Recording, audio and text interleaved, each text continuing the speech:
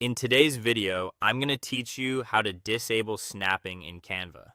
If you've ever tried to fine-tune a photo layout, move a small graphic into a very specific spot, or adjust overlapping text, you've probably noticed that Canva likes to snap elements into place automatically.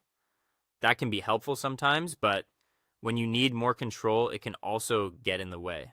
The good news is that Canva gives you both a quick temporary way to bypass snapping and a setting you can turn off for a more flexible workspace. Let's walk through it together. To get started, open Canva and load the design you want to work on. If you don't already have a project open, simply create a new design from the homepage.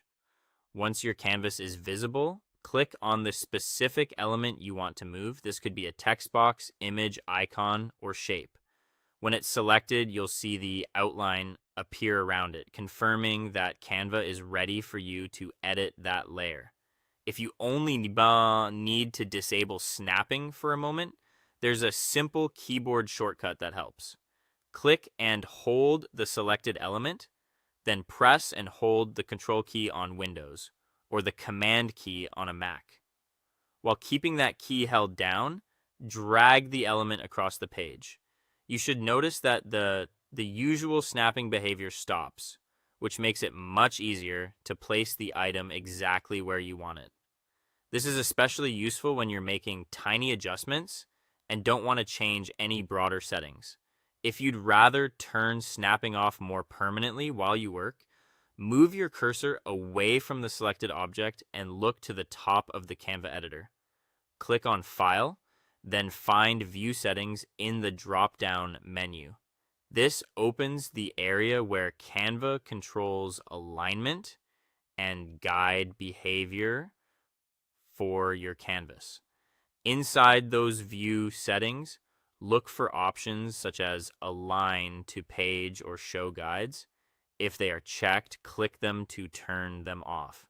Depending on your layout, you may also want to clear any related guide or grid options nearby.